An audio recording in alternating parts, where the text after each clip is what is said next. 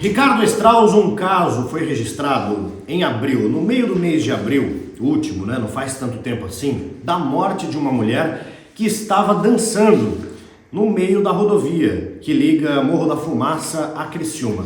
Este caso na época chamou muito a atenção, ela estava voltando, segundo informações, de um baile funk ali na região da linha Batista, e aí estava dançando no meio da pista, e aí um carro estava passando, já estava amanhecendo o dia, em torno de 5h30 da manhã, esse carro passando, e aí atropelou ela e matou, tirou a vida dela. Trata-se da senhora Galdino, Priscila, delegado, é isso? Isabela Galdino, Gaudêncio, de 24 anos de idade. Isabela Gaudêncio, de 24 anos de idade. O delegado Jorge Giraldo está aqui conosco, no Linha Verdade. Delegado, vamos lá. Um caso que denota um atropelamento de uma pessoa que estava dançando, o senhor não indiciou o homem que estava dirigindo esse carro. Por quê? Bom, vamos aos fatos.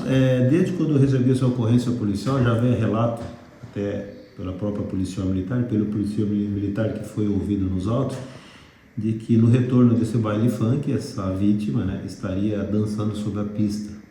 E o condutor do veículo, havia uma lombada, um aclive, e no momento que ele se deparou, o atropelamento tornou-se inevitável, segundo ele, porque além dessa vítima havia mais outras pessoas que a acompanhavam, e ele, para não atropelar o demais, ele tentou desviar, mas de qualquer forma ela estava retornando, estava em cima da pista, segundo uma das testemunhas, estaria dançando sobre a pista.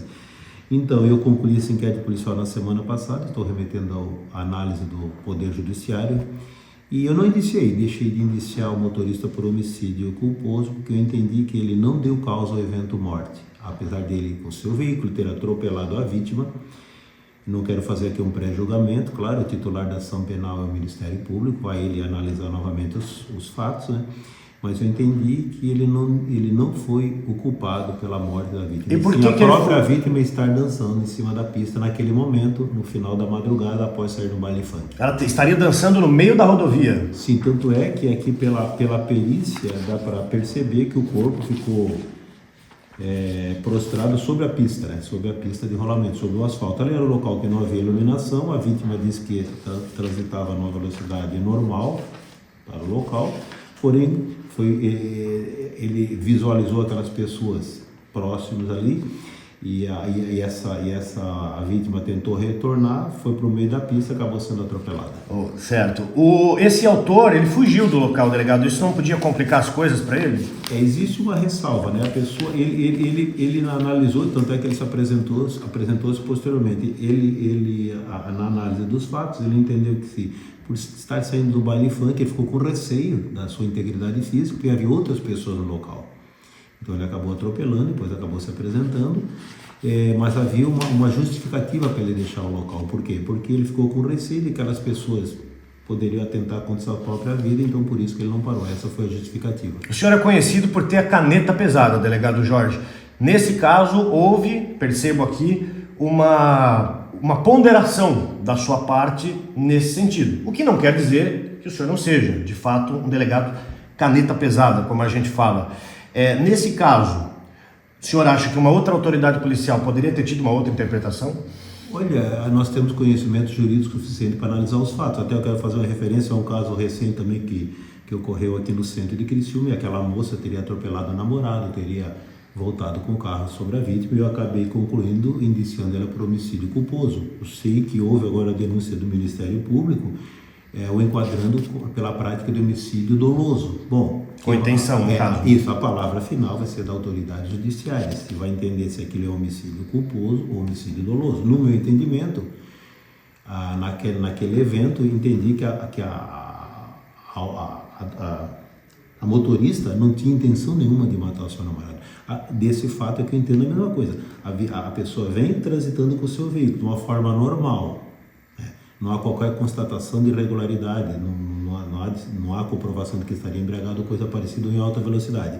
Se depara com pessoas em cima da pista de rolamento, ele tenta desviar, atropela então ele não teve a intenção de matar ninguém, muito menos eu entendo que ele é o negligente, imprudente ou imperito, porque os requisitos para um homicídio culposo é negligência, imprudência ou imperícia. Ele não foi imprudente, ele vinha transitando de uma forma normal. A imprudência, sim, foi da vítima e estar no meio da pista naquele momento, na madrugada, num local um tanto isolado, escuro, dançando sobre uma pista de rolamento. Foi totalmente negligente a própria vítima. Agora, se houver entendimento contrário do representante do Ministério Público, aí é uma outra situação, aí ele é o titular da ação penal.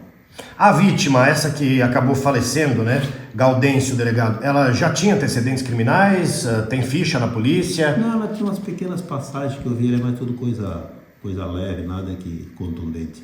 E, inclusive, as pessoas que estavam acompanhando ela naquele momento a conheceram ali no próprio baile funk, né? Ela não era conhecida dos demais. Todas as pessoas que estavam junto no evento ali foram ouvidas nos autos. Talvez ela saiu aquela noite sozinha para conhecer pessoas, né? Saiu para se divertiu, conheceu pessoas e no retorno estava acompanhado, tanto é que um dos masculinos que estava com ela tentou puxá-la, mas também não conseguiu. Agora que viu que o carro vinha, tentou puxá-la e o atropelamento foi inevitável. Então não há o que imputar uma responsabilidade criminal a pessoa que não deu causa ao evento. Foi feito o exame toxicológico nesse caso? Eu acho que não foi, delegado, né? Necessário, talvez? Não consta aqui dos autos, né? Mas se houver um encaminhamento posteriormente, faria remessa ao judiciário. Provavelmente bebida alcoólica deve ter ingerido, né? Isso é com certeza, né? Em baile funk, madrugada, não há comprovação aqui, mas com certeza alguma bebida alcoólica poderia ter sido ingerida pela vítima e pelos seus documentos. Ninguém vai a um baile e também fica de bico seco, como se diz na gíria. Tá, o senhor ouviu o autor, o homem que atropelou?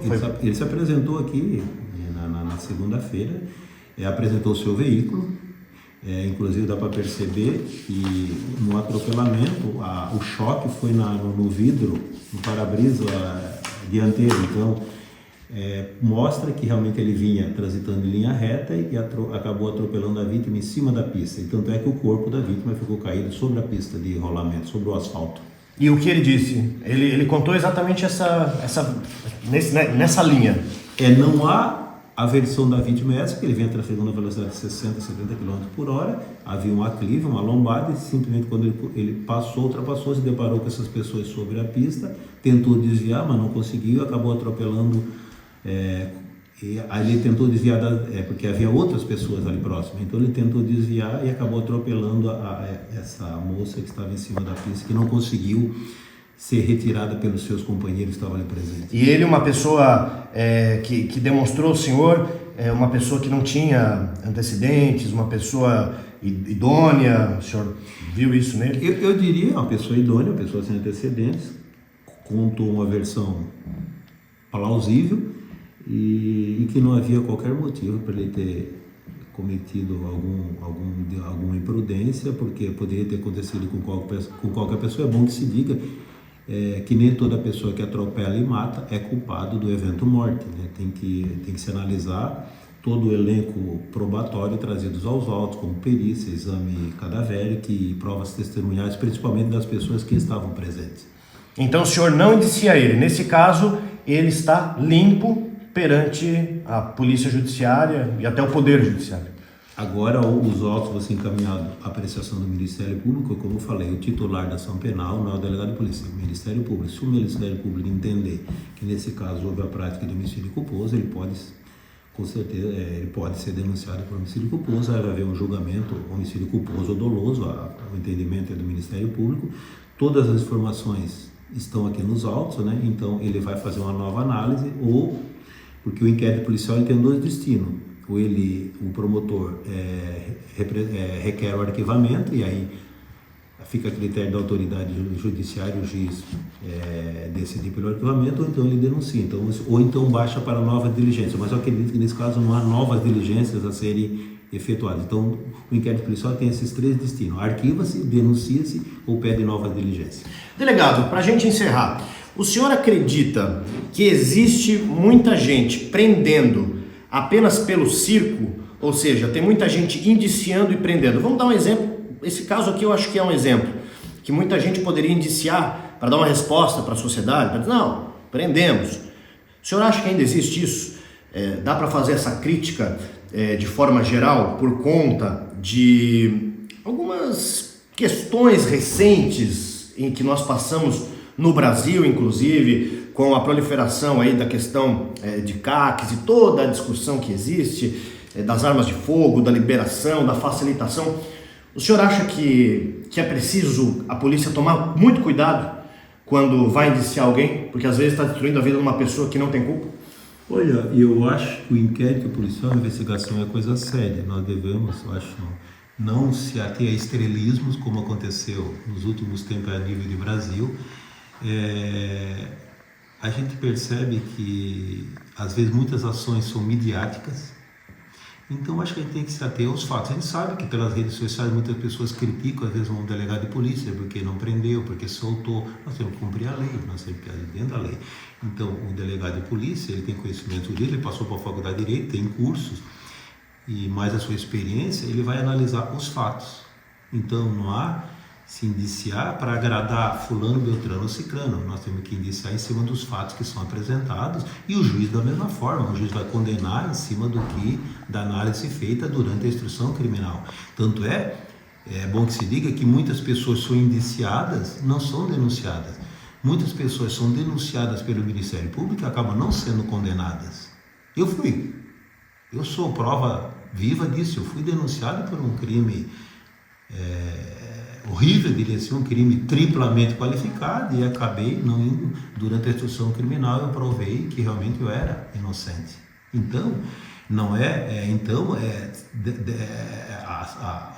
a investigação para se colocar alguém na cadeia tem que ser feita com critério, não com exibicionismo, com ações midiáticas, que isso não leva a nada. Isso, o Brasil está recheado de situações em que demonstram que os tribunais estão anulando decisões de primeira e segunda instância, talvez por alguns erros cometidos. É bom que se diga que o pessoal que vão para as redes sociais, que não tem conhecimento jurídico nenhum, são leigos, que antes de fazer qualquer crítica, analise os fatos. Vão lá e pegam o inquérito policial, porque é fácil criticar, porque deixou de fazer. Nós temos que ter conhecimento jurídico para isso. Então, se a gente for condenar em cima do que a sociedade, que as redes sociais nos estimulam, nós estamos fadados a cometer graves erros, e que não é o caso. Então, uma pessoa responder um processo penal fica com a marca, né? Então, e a pessoa, para ser condenada, ela tem que ter realmente certeza de que, o juiz tem que ter certeza de que não gere dúvida de que aquela pessoa realmente cometeu aquele crime. E é bom que se diga que existe o Código Penal, existe o Código de Processo Penal. Então não adianta só a pessoa dizer, o cara praticou o crime, mas existe o Código de Processo Penal, que é recheado de regras que tem que ser cumprida durante tanto a investigação policial como a instrução criminal. Eu, como delegado de polícia, não posso juntar aos autos uma prova ilícita, porque essa prova vai ser desconsiderada. A mesma coisa durante a instrução criminal. Por isso que nos dias atuais, sentenças e sentenças estão sendo anuladas pelos tribunais superiores em face de falhas processuais. Então, o Código Penal e o Código de Processo Penal têm que caminhar de mãos dadas. Existe a tipificação legal, existem regras para se instruir um processo, e não pode haver falhas. O senhor ainda sente o peso até hoje de ter respondido pelo caso da morte da Ivonete Genuíno, se eu não estou enganado, lá em Araranguá? É uma cicatriz que não cura nunca. A marca fica para sempre. Apesar da minha inocência, né, alguns estrelismos, que eu vou dizer aqui, né, houve estrelismo de alguns, em me denunciar, que se tivesse analisado melhor não teria nem sido denunciado, mas esse excesso de estrelismo às vezes leva as pessoas inocentes a responderem ações penais, e é para toda a vida. A marca é para sempre, não adianta querer tapar o sol com a peneira, fica uma cicatriz que não cura nunca.